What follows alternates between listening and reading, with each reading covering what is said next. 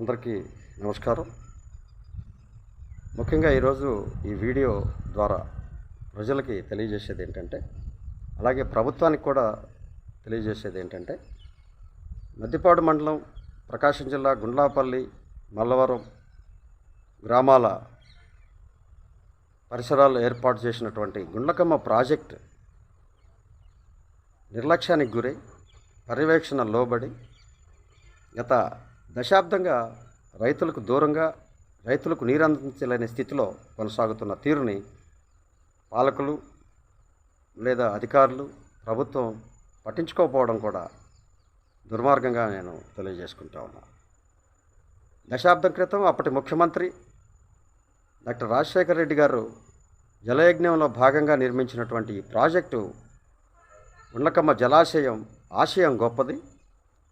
ఆచరణలో లోపంతో ఇప్పటికీ రైతులకి నీరు సరైన పంట కాలమానాల ప్రకారం రబీ, ఖరీఫ్లకు అందించలేని స్థితిలో ఈరోజు ప్రభుత్వం ఆ యొక్క శాఖలు కొనసాగుతూ ఉన్నాయి. ప్రాజెక్ట్ అయితే నిర్మించారు, నిధులైతే అయిపోగొట్టారు. దానికి సంబంధించినటువంటి కాలువల నిర్మాణంలో, చివరి రైతు వరకు కాలువని నిర్మించడంలో, నీరు అందించడంలో నేటికి ఆ పనులు ఇంకా పెండింగ్లో ఉన్నాయనేది ఇప్పటికీ రైతులు చెప్తున్న స్థితి. రైతుకి నీరు అందని స్థితి. రైతులు ఆ కాలువ నుంచి స్వచ్ఛందంగా ఇంజన్ల పేరుతో వాటిని వాడుకుంటున్నారు తప్ప, ప్రభుత్వం ఏది కాలమానం ప్రకారం ఇచ్చే దశలో, ఇచ్చే ప్లాన్లో ఇప్పటికీ లేకపోవడం కూడా మనందరం గమనించాలి.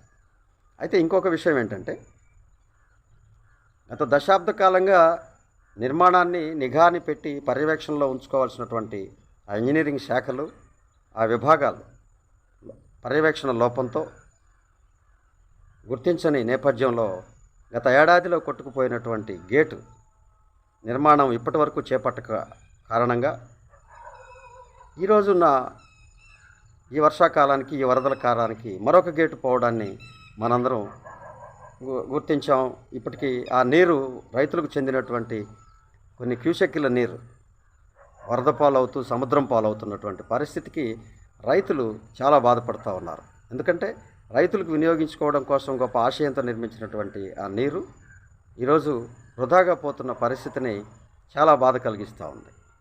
అంతేకాకుండా గత కొంతకాలంగా ఈ మెయింటెనెన్స్ పేరుతో, మరమ్మతుల పేరుతో కోట్లాది రూపాయలు కేటాయించినప్పటికీ అవి ఎందుకు చేశారో, ఎక్కడ ఖర్చు పెట్టారో తెలియకుండా ఈ యొక్క గేటు రిపేరుపై మంత్రి అంబటి రాంబాబు, ఇది ఇనుంతో కూడింది, గేట్లు తుప్పు పోతూ ఉంటాయి అని చెప్పడానికి కూడా మనందరం గమనించాలి.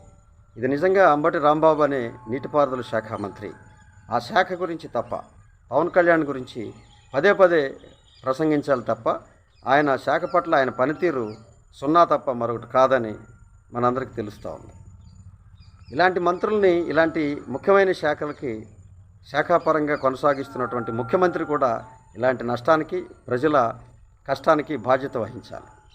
తప్పనిసరిగా ఇది వెంటనే మరమ్మతులు చేయాల్సినటువంటి దీని పట్ల ఇంత నిర్లక్ష్యం తగునా అని జిల్లాలోని ప్రజలు, ఆ యొక్క రైతులు మనసులో బాధపడుతూ ఉన్నారు. తండ్రి 600 కోట్లకు పైగా ఈ ప్రాజెక్టు ఖర్చు పెట్టి నిర్మిస్తే కొడుకు 6 కోట్లతో తలుపు పెట్టలేని పరిస్థితిని చర్చనీయాంశంగా మారింది. అంతటి సమర్థుడైనటువంటి ఆ ముఖ్యమంత్రికి ఇంతటి అసమర్థపు ముఖ్యమంత్రి కొడుకుగా ఉండడానికి కూడా ప్రజలు భావిస్తూ ఉన్నారు.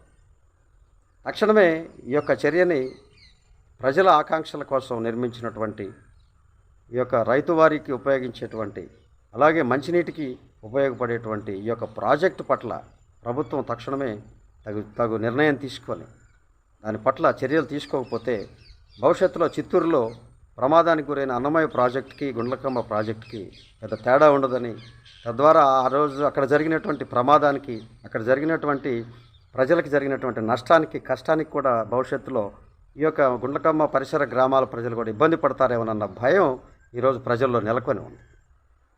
కాబట్టి ఇది సరైన చర్య కాదు. ప్రభుత్వం నిర్లక్ష్యం కారణంగా ఈ నిర్మాణానికి, ఇంత విలువైన నిర్మాణం నిర్లక్ష్యానికి గురై నీరు వృధా అవుతున్న పరిస్థితి పట్ల తక్షణమే ఎంక్వైరీ చేయాలి.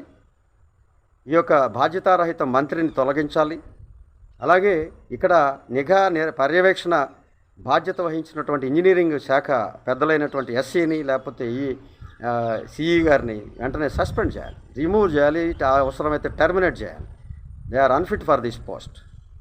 అలాగే ఈ యొక్క మొత్తం లోపం మీద గత ప్రభుత్వాలు లోపం అని చెప్తున్నటువంటి మంత్రులు, ఈ యొక్క ఇరిగేషన్ శాఖ మంత్రి గత చంద్రబాబు ప్రభుత్వంలో జరిగింది 5 ఏళ్ళు పట్టించుకోలేదు అని చెప్తున్నటువంటి ఆ వంక సాకు కూడా సిగ్గులేని చర్యగా మేమందరం భావిస్తూ ఉన్నాం. ఎందుకంటే గత 5 సంవత్సరాలు పరిపాలించిన చంద్రబాబు పోయి 5 సంవత్సరాలు కావస్తూ ఉంది పదవి నుంచి పోయి. ఈరోజు మీరు కూడా పోయే దశకు వచ్చారు ఇంకా 2-3 నెలల్లో. కానీ మీ 5 సంవత్సరాలు మీ చర్యను మీరు ప్రశ్నించుకోకుండా గత 5 ఏళ్ళ సంవత్సరం గురించి మాట్లాడేటువంటి మీకు నిజంగా ఈ మంత్రులు, ఈ ప్రజాప్రతినిధులు ఎలా అయ్యారనేది ఈ యొక్క ప్రజల్లో చర్చ కొనసాగుతూ ఉంది. మీరు ప్రజలు అనవసరమైన మీకు ఇచ్చినటువంటి కట్టబెట్టినటువంటి అధికారంగా మనందరం భావించాలి. మీ 5 సంవత్సరాలు మీరు మౌనంగా ఉండి గత 5 సంవత్సరాల గురించి చెప్పేటువంటి మీ యొక్క తెలివితేటలు, మీ యొక్క జ్ఞానానికి ప్రజలు అవాక్కు అవుతూ ఉన్నారు. కాబట్టి తక్షణమే ఈ రోజుకైనా సరే మీ అధికారం కూడా ఆ గేట్లో నీళ్లులాగా కొట్టుకుపోకుండా ఉండాలంటే, ఈ ప్రజలు చేదరించుకోకుండా ఉండాలంటే మీకు ఆ గేట్లు పెట్టి నీరు నిలిపితే మీరు కూడా అధికారానికి ఏదైనా నిలబడతారేమో అనేది గ్రహించండి. లేదా ఆ నీరు వృధా అవుతున్నట్టు మీ పదవులు, మీ అధికారం కూడా అలాగే కొట్టుకుపోయి సముద్రంలో కలిసిపోయే పరిస్థితులు భవిష్యత్తులో ఉంటాయని చెప్పి తెలియజేసుకుంటూ, ఇది ప్రజల భావన. మీరు విమర్శని మీరే మాట్లాడాలి, ఇంకెవరు మాట్లాడకూడదనే సంస్కృతి కూడా మీరు చాలా ప్రోత్సహిస్తున్నటువంటి పరిస్థితుల నుంచి మీరు విరమించుకోవాలి. మీరు పరిశీలించుకోవాలి, ఏం చేస్తున్నాం, ఏం చేయకపోతున్నాం.